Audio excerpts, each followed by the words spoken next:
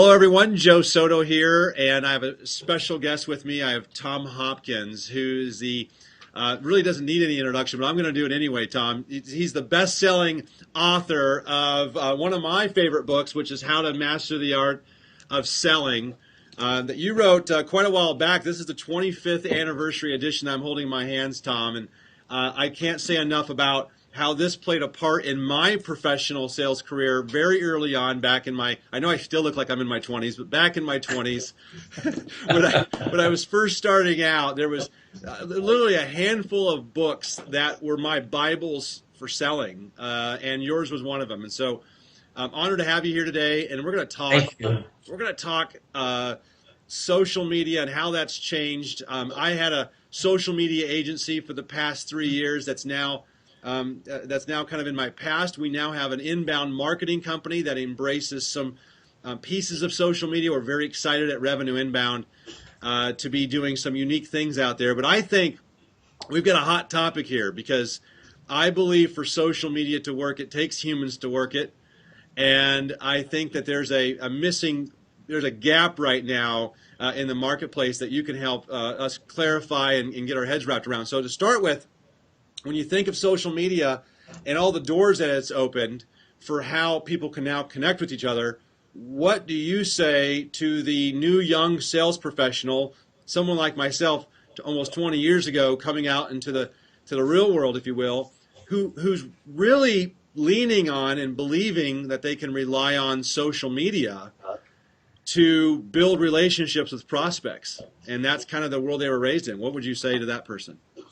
Well, I'd start off, Joe, by saying that social media is a wonderful, new, exciting tool, but it's like every tool. You cannot just rely on it. I mean, LinkedIn, Facebook, and all the others are wonderful, and I heartily suggest that a professional salesperson use it as part of their sales skills, sales tools. But what can happen, because it's almost like a blessing and a curse at the same time. Yeah.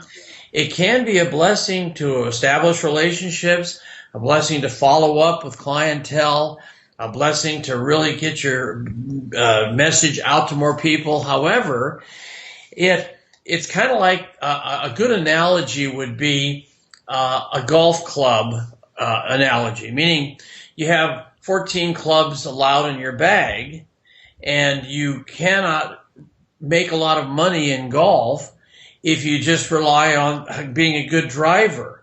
You must be a good driver, a good chipper, a good sand player, a good putter, and by having all those skills, then you earn lots of money. Well, it's the same with social media. It can be a tremendous benefit, but if a person relies on it in a way of avoiding a lot of the people contacts, in other words, hiding behind technology, can now turn into a negative. Because, again, it's almost like saying, I want my technology to do all the work. And see, you don't get rejected or handle any failure with social media, but you do when you go and make a telephone call to meet someone, or to go out into a territory and talk with either neighbors or business owners. But there again, I would say this: if we didn't have social media back in my real estate career, right? Had we, I would have mastered it as one of the skills. I still would have learned all my people skills, the art of communication, and using the fundamentals of selling in connection with social media. And that's a great combination.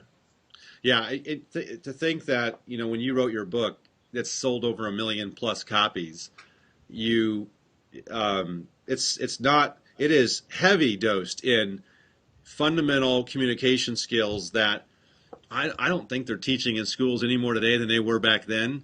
But when I look at, to your point, when I look at how high tech we are, I still think high touch trumps it. I always say that people skills trumps social media skills. But if I could have one or the other, I'll rely on my face to face, my interpersonal relationship skills to go out and meet someone and get in front of them. over being able to communicate online any day. And this is coming from somebody who's immersed themselves in learning social media and social media online marketing for the last 3 years. So what would you say, and what would you pinpoint as the important people skills that a new person coming into to a sales career, or maybe someone new to sales, should be mastering, that they could then transfer that know-how of people skills onto how they're using social media tools? Well, I will say this. Here's an overall generality. I believe that you have to work harder on yourself than you do on any job to become a person with a temperament and a personality where people want and are gravitating to you by the way you handle them, the way you communicate with them. If I was in an elevator and had 5 floors to travel with this person, and they said to me, Tom, I know who you are. I've read your books. I've listened to your CDs and seen your DVDs. What is the real secret to be really successful in selling? I would say work harder on yourself to become a person that people like and trust and then want to listen to. And I feel with social media, it's the same thing. You have to establish a way to get the rapport built, to bring down their defense barriers, to have them open their minds to want to communicate.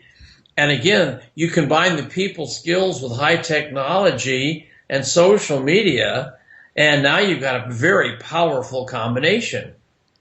Yeah, I use the analogy, if I just met you in person and I asked you, I said, hi, I'm Joe, and then I asked you for your money, there's no relationship, no trust. You're just not going to do that. And online, the internet is no different. You still have to build a relationship that's going to take time over time online. And so sometimes what you learn in terms of the people skills offline is exactly what it takes to be successful online. You got to give it time. It's not overnight.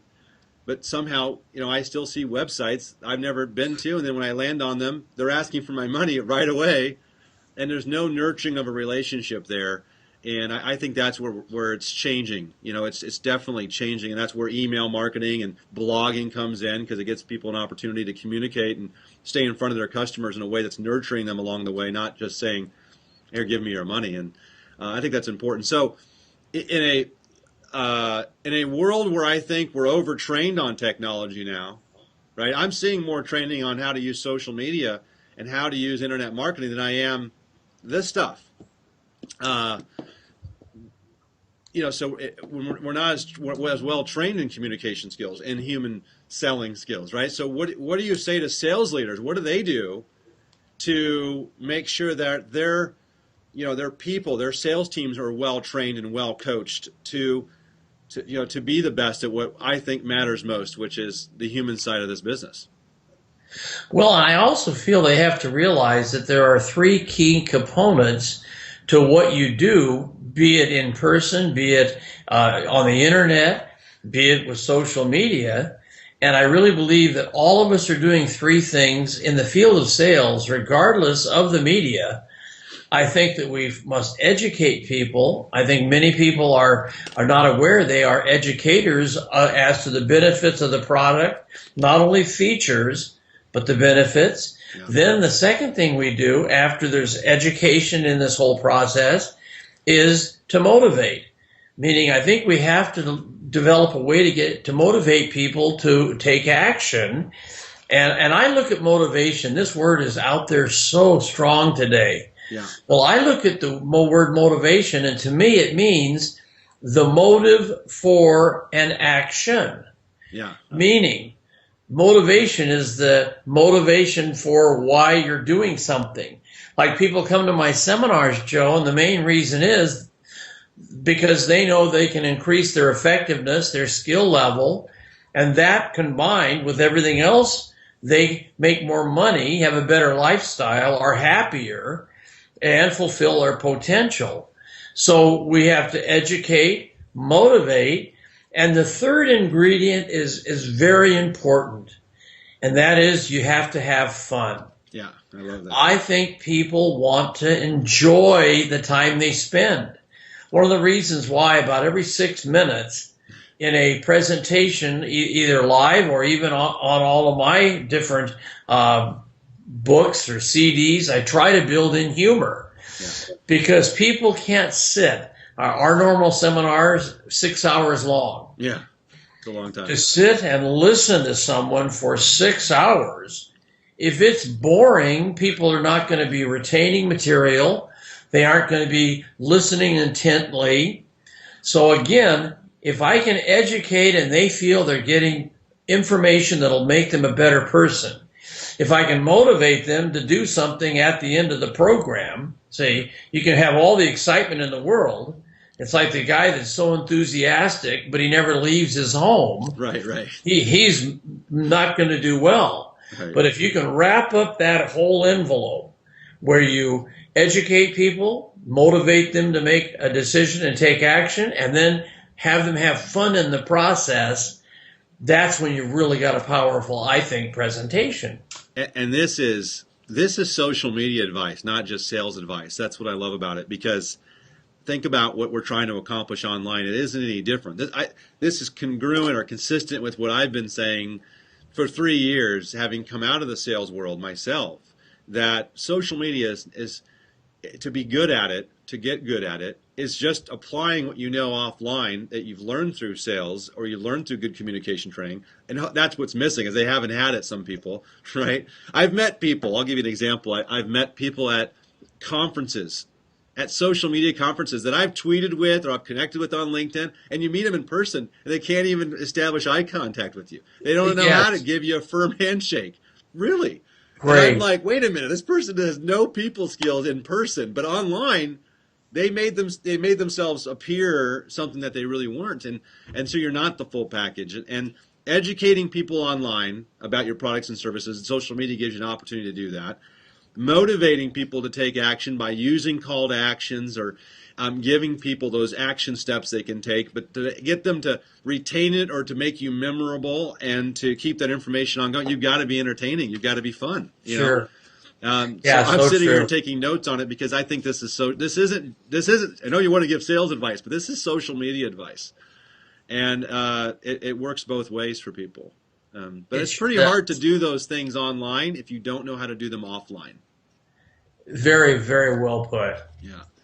Okay, so next question I have is just talking about the differences, and this came from having a discussion with Barb in our office yesterday. She was talking about the differences between online and offline communication. So, and we just kind of segued into it with our last piece.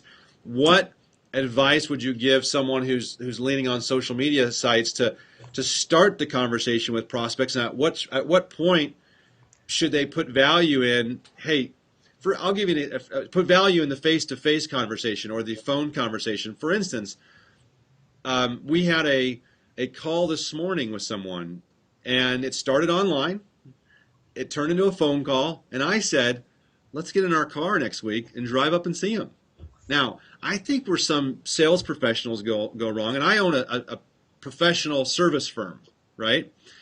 And so we sell an intangible service, which is inbound marketing products and services online. And so, but I still know the value in just getting in my car and driving, even if it's 3 or 4 hours, to go meet with that person face to face. Because I said, that's going to mean more than us having another teleconference call or connecting with them on LinkedIn or answering questions through email. It doesn't have the weight. So what do you say to somebody who says, I think I can lean on it. I think I don't need to do that. I can just handle it through the internet. Well, I would say they're robbing themselves of business, of income, because they are focusing on one entity instead of the entire package. And there are fundamentals, and I know you know them because obviously if you've studied my work, but things are important. Punctuality is something that most people today don't think about. But I think, be it social media, if I'm going to make a contact with you at 10, then it's not 10:05, it's not 10:10, it's exactly 10. And I think people in social media, if they're going to be using that as the process, they need to let people know they're on time. You know, hi, Joe, this is Tom. I told you we'd connect at 10 o'clock, and hey, Yes, sirree, right at 10. How are you? See, I have in essence said to you, I value your time. And if you tell me 10, it's going to be 10. Where many people in sales are always running late. And there are people, I'm sure, in using your wonderful tools that aren't punctual. So the punctuality is important. Yeah. And again, here you said you got in your car to go meet people who you had all this relationship via the media, but you also, I'm sure, gave them good eye contact. Sure. You looked them in the eyes. They saw you were listening. You were focused. You weren't kind of having your mind wander. I'm sure if you shook their hand, it was a deep, firm handshake. Because, see, people are constantly judging us. Yeah. I will guarantee you, using social media, the people are judging how you come across, judging what you are using it for and how you're using it. Well, it's the same in the communication skills. You have to really ask a lot of questions. See, most people in sales are great talkers. They're great tellers. But I've had a total belief I've lived by, Joe, that you'll get everything in life you want when you stop telling and master the art of asking. In fact, one of the new concepts I'm teaching is how to become a master asker. I thought let's take asking questions and make it a generality of asker, but then you don't want to just be an asker. You want to be a master asker. It's kind of like if a person says, I'm just going to ask questions. And so they meet a person, a woman, and they say, hey, I'm going to ask questions. Are you ready? Ma'am, you look great. Is that a new girdle? Well, see, that is the wrong type of question, and it'll backfire, and it will not only not work, it'll be negative. Right. So as a master asker, you have to really work on learning the right types of questions, questions they can answer. One of the things I worry about with some people in social media, they are geniuses, and they know it so well, but then they're working with a client who is kind of a layman in the field, who doesn't grasp it real well. And I have always tried, Joe, to live with a make other people feel important, and make sure you don't threaten them with your knowledge. Yeah. And that, I think, is important. I've had people come into my office that are highly skilled in technology, and they almost overwhelm us with their knowledge. And I sit there. Of course, people aren't going to say, I'm not real smart. Can you cover that again? They aren't going to. They're just going to nod, and they're going to keep saying, I don't get it, to themselves. Right. And I'm going to find someone that makes it easy, because I'm threatened by all this high technology that's not coming across with simplicity. Yeah. This is, I think, a competitive advantage in business, which is being able to take, particularly for professional service firms like myself that have technology-related services, and this goes for anybody selling really anything, right? To be able to, dumb it down and simplify and explain something in a way that your audience, online or offline, is going to understand it, and it's probably the highest compliment I could receive, and I've received it often when I do presentations that are social media focused, but my audience are the laymen in social media, but they're sales professionals or business professionals or managers who are still trying to wrap their head around it. To me, the highest compliment is, I finally get it. You put it in a way for me to understand what this is about and how I need to look at social media. So when someone says, for Joe, what's social media? And I say, it's word of mouth marketing powered by the internet. That's a simple way to understand it, right? Definitely. It's applying relationship building techniques that you know offline and doing the same type of behaviors online. You're just using tools as a medium to get your message out.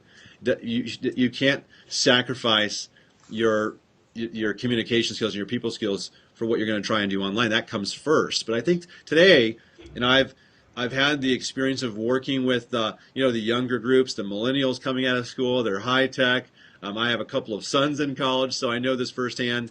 And they sometimes come out with the belief that, hey, I'm a good communicator because I know how to use these tools. So that what you're saying is, can't be any more important. I think what you were saying about, and I wrote it down about being the master asker, also very important for getting people to engage with you online. So if you're applying that same philosophy, Tom, and whoever's watching this who's thinking, how do I use it online? It's simple. Learn to ask great questions on Facebook. Ask great questions on Twitter. Ask great questions on LinkedIn, and get your potential prospects or people who might refer business to you ultimately someday, get them talking and get them giving you insightful answers that can then lead you further down the relationship, because you're learning how to ask great questions. Don't just talk at people online either. It goes for in person, but it also applies online. So again, you're giving social media advice maybe without knowing it.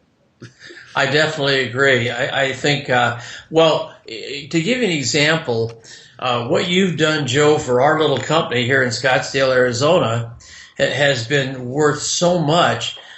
Judy and Frank have said, gosh, Joe and Barbara are opening our minds, are opening our eyes to things we never dreamed of.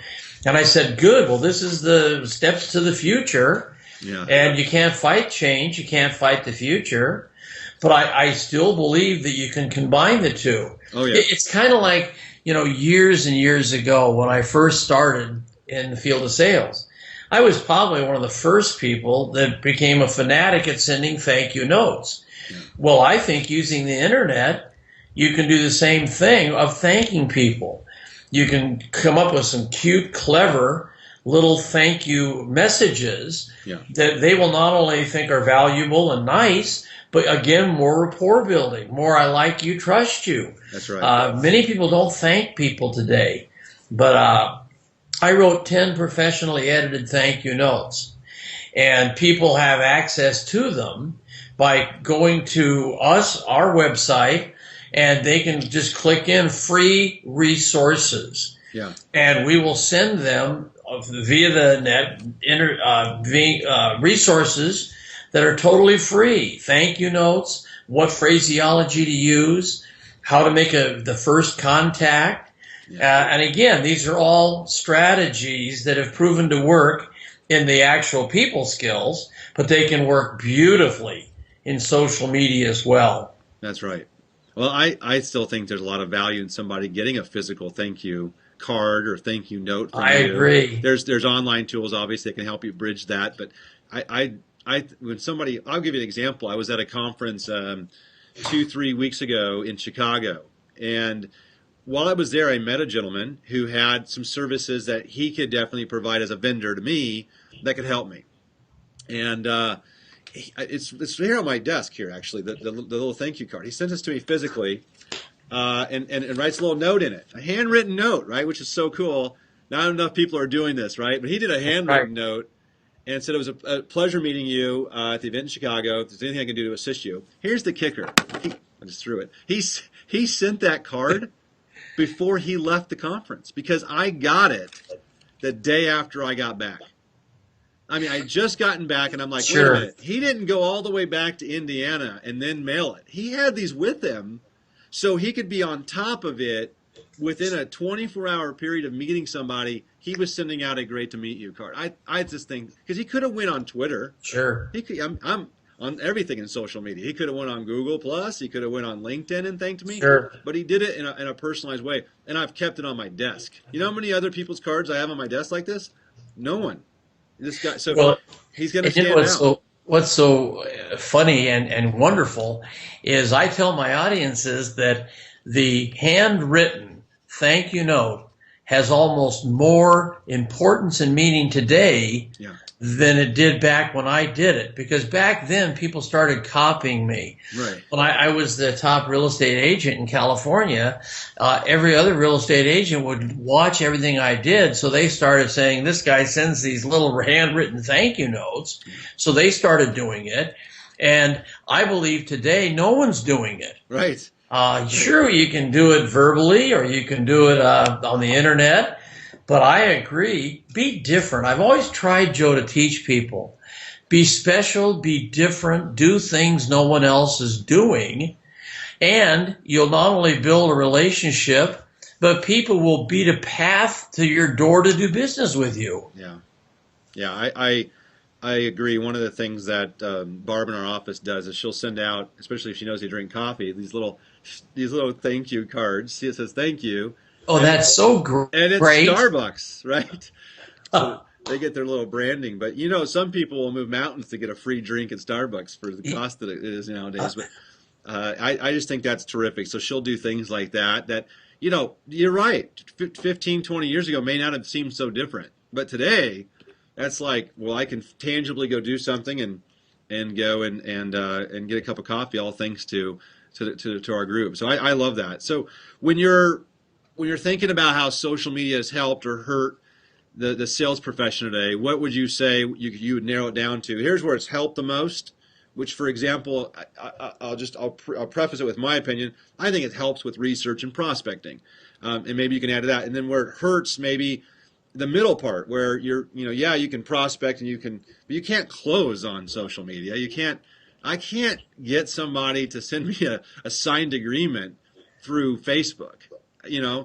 So I think, and I've heard people who started their own companies who have at a young age become entrepreneurs, and then they come back and say, clients just don't fall out of trees. And I'm like, no, they don't.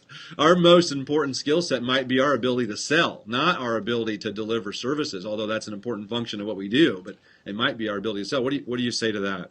I just totally agree. As I studied you and your company and talked with Judy and Frank, it's amazing how much we have in common as to our belief in the people business combined with social media. Yeah. And I just feel that the biggest mistake people, I think, will make is to hide behind it, to say it will do my job. And I think if they do that, they're going to avoid the other steps. Again, they had a good drive. They just four-putted every green, which, of course, they will lose. Right. But I think that it's the same old story. You have to take the best and leave the rest of anything you're doing. And if you're relying on it to the point where you're not developing people relationships, and I will say this too, I hope that people realize that because of what social media offers, you can benefit globally. You aren't locked into a territory. Right. You aren't locked into the area where you live. I mean, what a tremendous advantage, again, if you become a master asker using the social media and doing all the little people skills at the same time. Right. Yeah. So if somebody's using the internet or using LinkedIn or Facebook or Twitter and seeing that, hey, let's just take real estate as an example, that they find it's easy to find out when someone's maybe moving to the area because they're talking about it on Twitter. It's one thing. Everybody has the same playing field. It's really leveled out because they can reach out and use the tools to get to that person. But I think the person who gets the sale is the person who ends up meeting with that buyer and yes. is the most likable and has the skill sets, the best interest of the buyer in mind, who's going to win. I really like take the best and leave the rest, by the way. I wrote that down. But I think as we wrap up here, maybe the most insightful thing that we can take from this is that social media isn't going to do your job for you. It's not. You've said it a couple of times, and I want to reinforce it because I think it's important to distinguish that. And we use social media, and even our clients that say we've had clients come to us and they say, we want you to manage social media for us. We want you to manage inbound marketing for us. We want you to manage this piece. And I say, we can do all these things, but at the end of the day, you can lead the horse to water, right? Yes. But if I can't make it drink. So exactly. If we can drive more traffic, if we can help convert that traffic into inquiries, that's a lead, right? Right. I can't do the rest. I can't go with you on a sales call. I'm not going to go do all that. And I think that's where it's still critical, and not critical. You've got an opportunity more than ever to do some of the things that that you've taught over the years, that you bring to the table. That I know that my son coming out of college, one of the first things that that he needs to do then is to continue his education by going to a seminar from someone like yourself and sitting through and learning from people that have already proven it out over the years. So I really appreciate you taking time today, Tom, and talking these things out, because I think it's as much as you may not even realize it. It's social media advice. It's marketing advice online. It's how do we get people to embrace the best of both sides, the human side and the tech side, the high touch and the high tech, and still make it a high touch world when we're so inundated, right, with technology. You can't run from it, can't avoid it. Right. But you can maximize it with doing what you know. Do you have any parting thoughts to that? And as we wrap up? Well, I will say this, that I think one of the big keys today is to make sure you have your short-term and long-term goals set. And too many people, I think, are kind of floating through life. They aren't focused on where they want to go. And I've always had a little belief that if you don't know where you're going, you're going to end up somewhere else. So you really need to get focused on the goals. And again, I come back to the fact that find a mentor. Find people like you, Joe, that they can rely on, or like myself in the people skill business. And I think you need to say, I'm looking for mentors that can help me be a better person first, then a better salesperson. Right. And there's a lot of them out there. But I just believe many people are kind of staying inside themselves or into the internet and technology. But I think they need to say, I am going to get people that are masters at what they do, and then I'm just going to copy what they do, internalize what they do. Because if you become a better you, you're going to relate to many more people in all aspects of your communication skills, your social media, and so forth. That's right. And get your head out of your phone sometimes, right? Yeah, right. I run into people all the time, and they won't even look up. They're so busy on their phone. I want to just take it from them and throw it. But I appreciate it. I think this is words to live by here, and we've spent 30 minutes going through this, and I think that some people will not just take a lot of notes, but they've got some action items to kind of reevaluate how they are looking at their own sales career and how it relates to using social media tools, and what to value and in what order to value it in. So thanks again, Tom, for being with us, and we're going to wrap up, and just wish everyone great success. And hopefully, I know you've got a lot more books than the one that I was showing off here at the beginning, and I think a lot of them are very relevant in today's day and age. I know you got a new book coming out in the fall. We won't talk about it yet, but maybe in a future interview we will. So my best to you, and thanks again. Thank you again, Joe.